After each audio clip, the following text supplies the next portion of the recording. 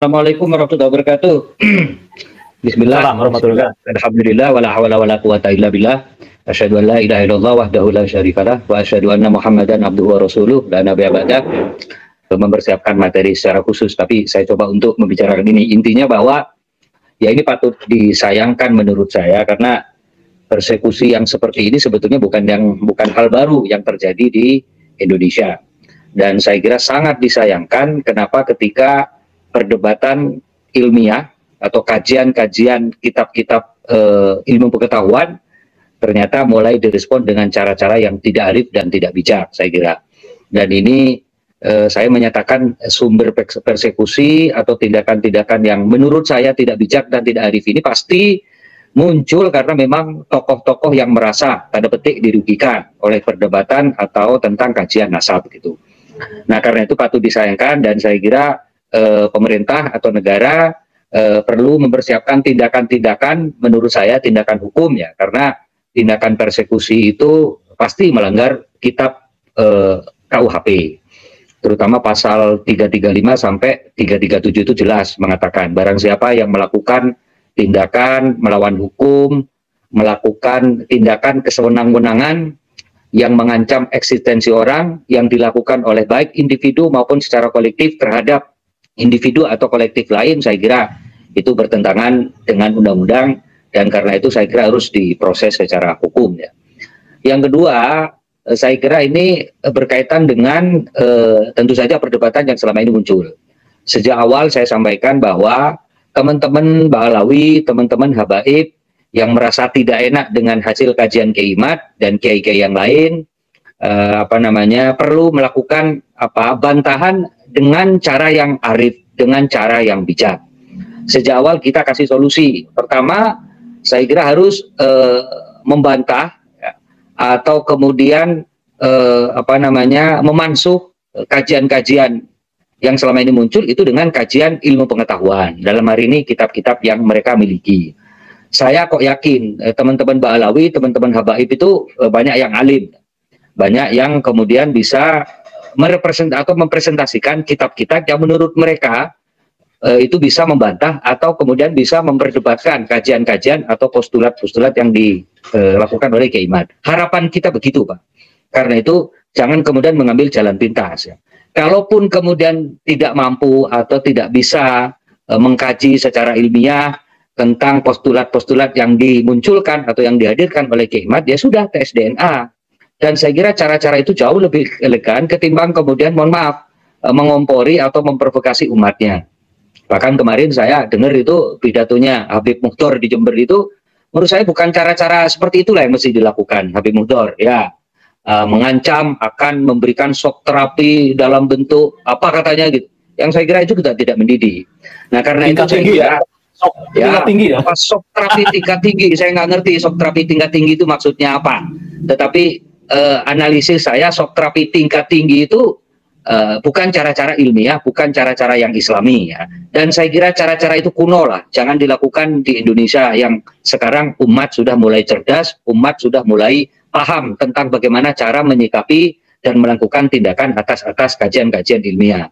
Nah, makanya apa yang disampaikan oleh Habib Muhdor, saya kira sama sekali tidak mendidik, dan sama sekali itu bukan cara-cara ulama, bukan cara-cara orang yang berilmu dengan cara memprovokasi atau manas-manasi umat atau muhibbin seperti itu ya. Saya yakin kok kalau kemudian tidak ada ceramah seperti itu, pidato seperti itu, saya kira umat diam. Saya kira umat menyikapi secara bijak, secara arif. Jadi jangan dikompor-komporin seperti itu ya. Yang ketiga menurut saya, Pak Yusuf Bar dan teman-teman sekalian, bahwa sebetulnya apa yang ditujukan kepada Said Qori tentang provokasi, sebetulnya kita tidak memprovokasi, Pak.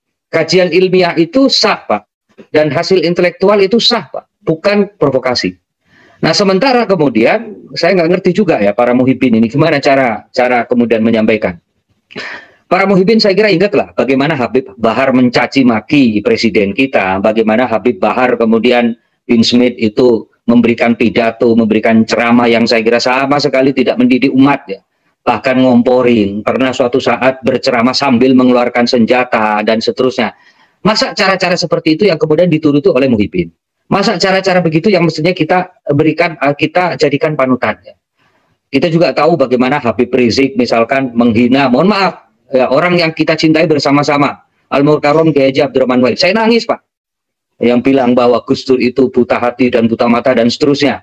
Bagaimana mereka menghina, Habib menghina tokoh-tokoh kita. Bagaimana Habib kemudian memberikan statement yang menurut saya sama sekali tidak mendidik. Bukan hanya provokasi, tapi menghina, Pak, itu.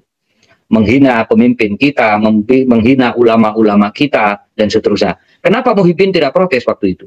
Dan saya kira ini, menurut saya, teman-teman Muhyiddin, umat Islam di Indonesia juga harus bijak, ya, dan harus bisa membedakan mana ulama yang alimul alamah dan mana ulama yang punya tingkah laku yang patut dijadikan panutan. Ya, belum beberapa oknum Habib, ya, kalau disebut oknum Habib, yang membolak-balikkan sejarah, Pak.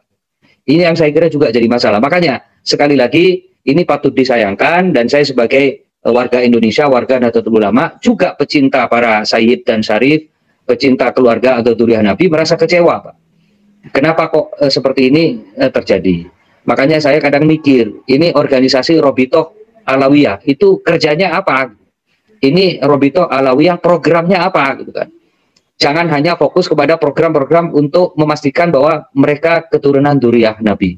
Memang itu penting, tetapi saya kira Robitoh Alawiyah harus berpikir keras, ya. Tertibkan itu oknum-oknum habaib yang menjadi anggota RA atau Robitoh Alawiyah itu. Robitoh Alawiyah jangan diam saja melihat beberapa habaib yang pidatonya seperti itu. Terakhir kemarin itu ada orang atau yang mengaku Habib yang menghina begitu kejamnya terhadap Menteri Agama kita, Gus Yakut. Masa Menteri Agama kita dibilang iblis? Masa Menteri Agama kita dicaci, dihina seperti itu? Itu menghina itu, Pak. Dan itu bisa dituntut secara hukum. Saya juga nggak ngerti kenapa orang-orang menerima begitu saja statement atau ceramah-ceramah yang menurut saya bukan tidak hanya mendidik, Pak, tetapi juga menghina pemimpin-pemimpin kita, menghina ulama-ulama kita, menghina tokoh-tokoh kita. Makanya sekali lagi, tolong Robitoh Alawiyah sebagai organisasi yang punya otoritas untuk ngurusin Ba'alawi dan para Habib di Indonesia, itu harus bersikap, Pak. Dan saya kira Robitoh Alawiyah itu harus punya program atau agenda yang lebih produktif lah, di samping memastikan dan ngurusin masalah dzurriyyah Nabi atau keturunan Nabi. Yang kedua, saya kira tolong itu dijaga, itu terutama Habib-Habib yang muda-muda, yang ceramahnya sembarangan, yang tidak ada isinya kadang-kadang, tetapi juga ceramahnya justru ngomongin orang, ceramahnya juga ngerasanin orang, bahkan mungkin menghina tokoh-tokoh itu kita. Itu nggak benar, Pak. Apa yang kemudian dilakukan oleh Robitoh Alawiyah dengan melihat anggotanya yang seperti itu? Yang ketiga, menurut saya, mestinya Robitoh Alawiyah itu hidup di Indonesia. Ikutlah aturan main di Indonesia. Hidup di bangsa Indonesia. Maka ikutlah undang-undang yang berjalan di kita. Ikut atau hidup di Indonesia. Maka itu aturan main, norma, tradisi, adat istiadat yang ada di Indonesia, Pak. Saya kira ini penting, Pak. Kenapa kemudian kita atau beberapa orang atau beberapa ulama kemudian ikut mengkritisi masalah nasab Ba'alawi, nasab para habaib? Karena memang kita curiga banyak kiai-kiai, banyak ulama-ulama yang dalam hatinya atau dalam pikirannya itu berpikir ini benar nggak dzurriyyah Nabi. Kenapa? Karena perilaku mereka sebagian para oknum itu yang seperti itu. Karena sebagian dari oknum habaib itu yang menurut saya tidak berperilaku seperti Rasulullah Shallallahu Alaihi Wasallam. Banyak dari oknum-oknum habaib itu yang tidak berlaku selayaknya orang yang berilmu. Banyak mereka atau oknum-oknum itu yang berperilaku yang menurut saya jauh dari aturan atau prinsip-prinsip dalam berceramah dalam Islam. Saya kira itu masalah, dan saya kira Robitoh Alawiyah sebagai organisasi yang menaungi para habaib di Indonesia harus bersikap, jangan diam. Kalau tidak mampu dan tidak bisa meyakinkan umat dengan cara ilmiah bahwa habaib di Indonesia itu adalah dzurriyyah Nabi, ya sudah, kemudian melakukan kegiatan-kegiatan yang produktif. Saya sebetulnya minta kepada Robitoh Alawiyah bikin program yang produktif. Satu, misalkan masalah kita di Indonesia itu banyak, Pak, dan sampai sekarang belum bisa teratasi bersama-sama. Masalah kemiskinan, ya, masalah kemudian pengangguran, masalah serangan narkoba, masalah kemudian judi online, dan masalah-masalah lain yang mestinya itu yang mendesak untuk digarap. Bukan kemudian bikin ceramah, mohon maaf, menurut saya ngawur, Pak. Bukan kemudian bikin statement yang kemudian sama sekali tidak membuat umat ini tenang, tetapi justru membuat umat ini gaduh. Bikin statement yang justru tidak kemudian membuat umat ini lebih nyaman hidup, ya, tetapi juga membuat umat ini jadi kebingungan, Pak. Robito Alawiyah mestinya bikinlah pendidikan yang lebih produktif, membina umat yang lebih produktif, dan saya kira itu jauh lebih bermartabat, Pak. Ketimbang kemudian memberikan ceramah-ceramah menurut saya yang tidak produktif, yang kemudian itu justru mengadu domba umat. Kalau kemudian kita dianggap pengadu umat, ya pengadu umat itu bukan kita, Pak. Ya mereka-mereka oknum-oknum itu. Sekali lagi, ceramah-ceramah mereka itu mengadu umat, memecah belah umat, Pak. Bukan hanya memecah belah umat, tetapi kemudian membuat pemimpin-pemimpin kita juga jadi diadu domba Pak, dengan ceramah-ceramah yang mereka sampaikan itu, yang sama sekali menurut saya tidak mendidik. Karena itu Robito Alawiyah tertipin yang oknum-oknum Habib yang seperti ini. Robito Alawiyah tolong urus ya oknum-oknum atau yang pidatonya seperti ini, Pak. Sama sekali tidak mendidik dan sama sekali tidak Islami. Makanya jangan heran kalau kemudian umat menjadi ragu apakah mereka-mereka itu keturunan Nabi atau enggak ya, karena perilakunya seperti ini. Cara bidacanya seperti ini, cara ceramahnya yang seperti ini, gitu kan.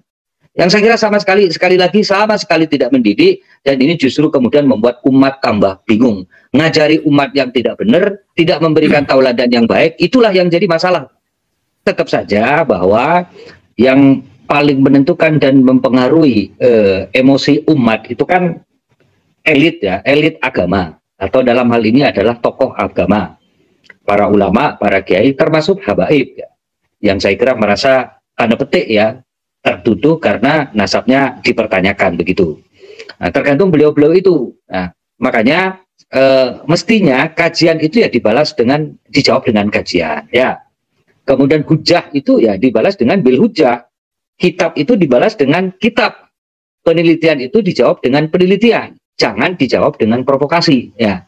Kiai Imad dan kiai-kiai lain yang merasa yakin dengan tesis Kiai Imad itu, menurut saya meskipun keras, tapi belum dalam konteks memprovokasi, tapi dalam konteks meyakinkan bahwa kemudian ada sekian banyak kitab, bahwa ada sekian banyak kajian, apakah itu oleh Kiai Imad, apakah itu oleh ulama-ulama atau tokoh-tokoh di negara-negara lain seperti Maroko, Yaman sendiri dan seterusnya, itu tetap dalam konteks meyakinkan publik tentang kajian-kajiannya, tidak dalam bentuk provokasi. Nah, apa yang dilakukan oleh, mohon maaf, Pak Alawi, teman-teman habaib, itu bukan kemudian hujah dibalas dengan hujah, kajian dibalas atau dibalas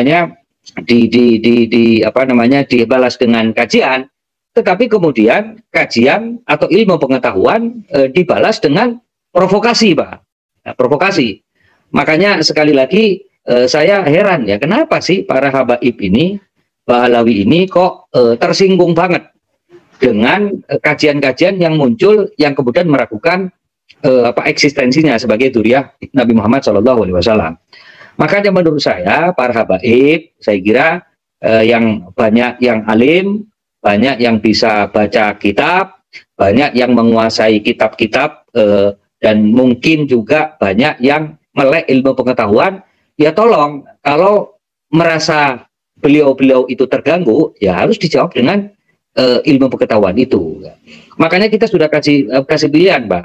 Dan saya sebetulnya yakin kok banyak para habaib yang alim yang itu bisa kemudian memperdebatkan ya apa yang dijadikan postulat atau menjadi kesimpulan keimanan. Yang kedua, kalau kemudian merasa betul-betul yakin bahwa dirinya dzurriyyah Nabi, ya sudah tes DNA. Jangan kemudian memprovokasi umat bahwa tes DNA itu haram. Nah, itu apa? Itu bukan jawaban, Pak. Bahkan mungkin yang bilang bahwa tes DNA itu haram bukan orang awam, Pak. Tapi Habib Hanif kalau tidak salah ya. Orang yang menurut saya bukan tidak tahu teknologi, bukan orang yang tidak melek teknologi. Ya, kalau kemudian tidak percaya dengan ilmu pengetahuan, ya sementara mereka memakai ilmu pengetahuan sebagai support untuk mendukung kehidupannya sehari-hari ya. Ini kan jadi masalah. Makanya menurut saya, para habaib, kalau kemudian, mohon maaf, tidak mampu dan tidak yakin untuk membantah, mengeluarkan hujah, mengeluarkan alasan, ya, mengeluarkan kitab-kitab yang kemudian bisa memperdebatkan tesis Kiai Imad, ya sudah tes DNA. Kalau tes DNA tidak mau juga dan juga ketakutan, ya sudah terima dengan legowo. Dan jangan khawatir, meskipun Anda para habaib akhirnya kemudian masyarakat menyimpulkan bukan dzurriyyah Nabi, penghormatan kita tidak berubah kok. Kita tetap hargai mereka kok. Kita tetap hormati mereka. Ya kan? Kenapa? Asalkan baik. Dan kita menghormati orang juga karena ilmunya. Kan begitu.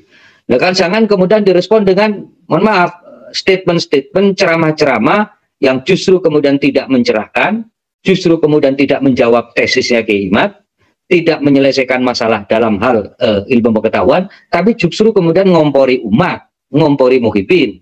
Dan saya kira tidak semua umat, tidak semua muhibin itu tahu kajian-kajian ilmiah yang dilakukan oleh para alim seperti Kiai Imad itu.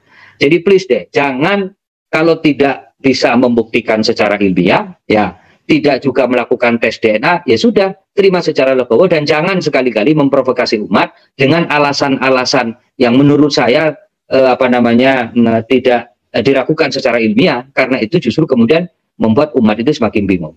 Ulama-ulama Nusantara, ulama-ulama kita, hampir semua di Indonesia itu tidak pernah kok kemudian mengunggul-unggulkan nasab, ya mulai dari Syekh Nawawi Al-Bantani, Syekh Junid Al-Betawi, dari timur ada Kiai As'ad Samsul Arifin, Kiai Hasan Genggong, Kiai Zain Imun Impaiton, di Jember itu ada Kiai Kiai Ahmad Siddiq, Pak.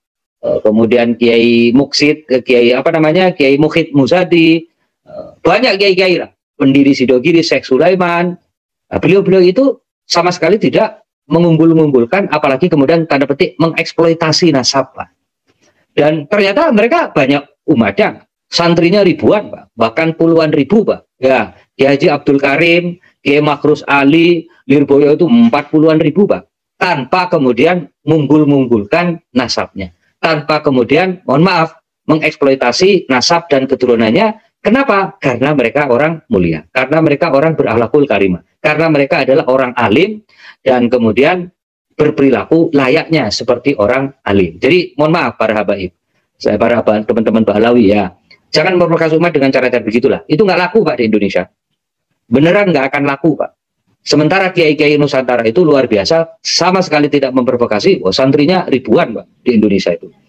Yang ketiga saya kira yang kemudian membuat kita ini bereaksi atas provokasi-provokasi dalam bentuk ceramah-ceramah seperti yang tadi kita sampaikan. Ada ceramahnya Habib Bahar, ada ceramahnya Habib Rizik, ada ceramahnya Habib yang baru tadi, yang muda-muda itu, Pak. Itu sama sekali tidak mencerminkan ceramah, statement, perkataan, atau pidatonya orang yang berilmu, Pak.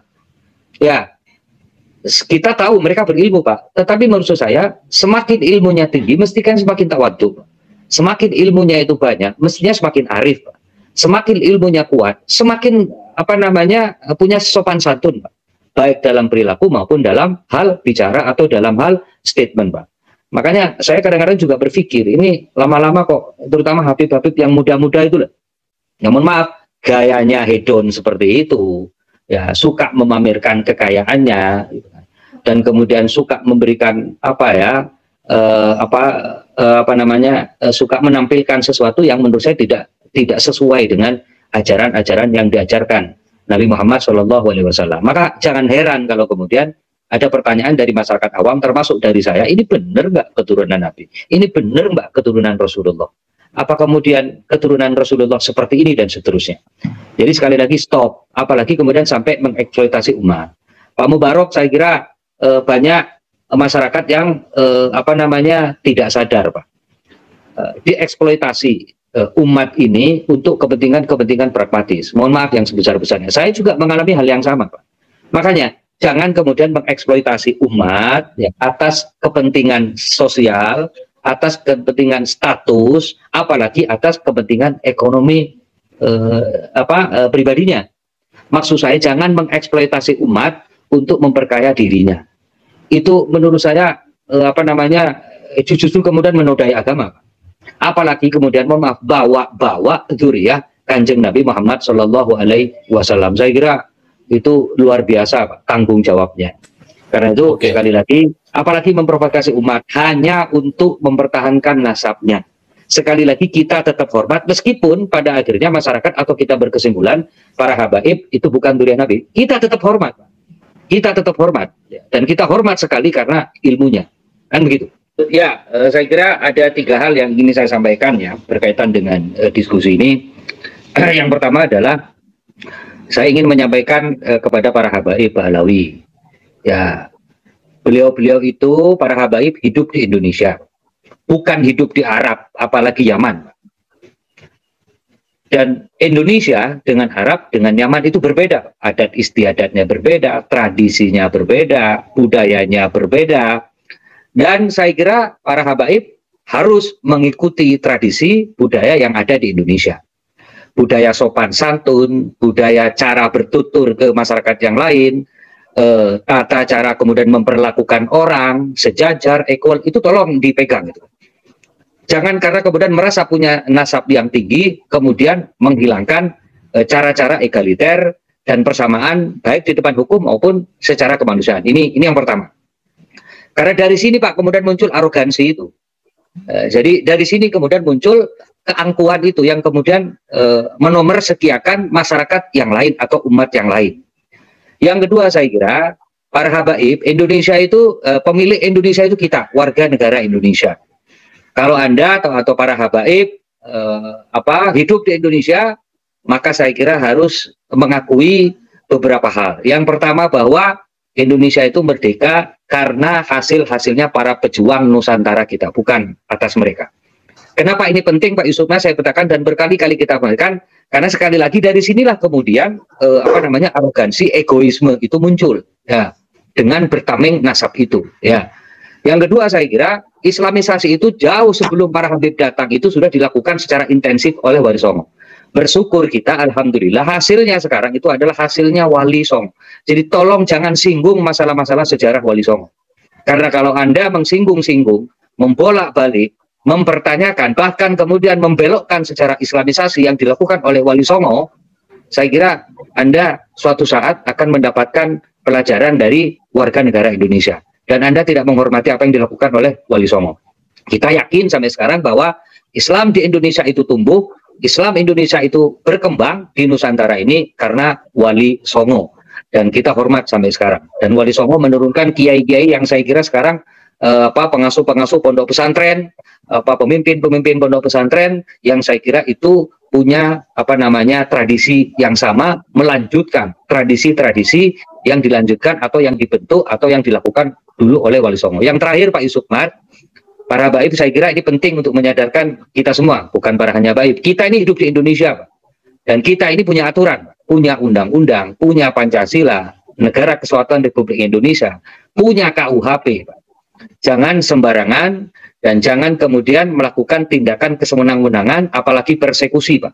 Karena tindakan yang Anda lakukan, tindakan oleh siapapun itu bisa berkonsekuensi hukum. Karena itu sekali lagi para habaib jangan memprovokasi umat. Jangan manas-manasi umat dengan ceramah-ceramah yang tidak mendidik, dengan ceramah-ceramah yang menurut saya jauh dari ilmiah. Jangan ceramah dengan ceramah-ceramah yang menurut saya justru kemudian membuat warga kita, umat Islam kita di Indonesia tidak tenang. Itulah yang kemudian memunculkan gesekan-gesekan sosial itu. Ya, Robitoh Alawiyah sebagai organisasi berkumpulnya para habaib, saya kira ikut bertanggung jawab, ikut turun tangan untuk mendamaikan, untuk membuat sosial kita menjadi aman, untuk membuat agar masyarakat kita tidak terkompori atau terpanasi dengan provokasi-provokasi yang dilakukan oleh para habaib yang muda-muda itu, yang kemudian menurut saya tidak hanya memprovokasi, tapi menghina pemimpin-pemimpin kita. Yang saya kira itu harus ditertibkan. Saya kira RA Robitoh Alawiyah harus sekali lagi membuat agenda demi untuk Indonesia yang aman, demi untuk umat Islam yang yang rukun di Indonesia. Susah payah Pak kita merukunkan umat Islam di Indonesia. Saya kira itu pesan terakhir dari saya Pak Yusuf. Terima kasih banyak. Allahul muwaffiq ila aqwamit thoriq. Assalamualaikum warahmatullahi wabarakatuh.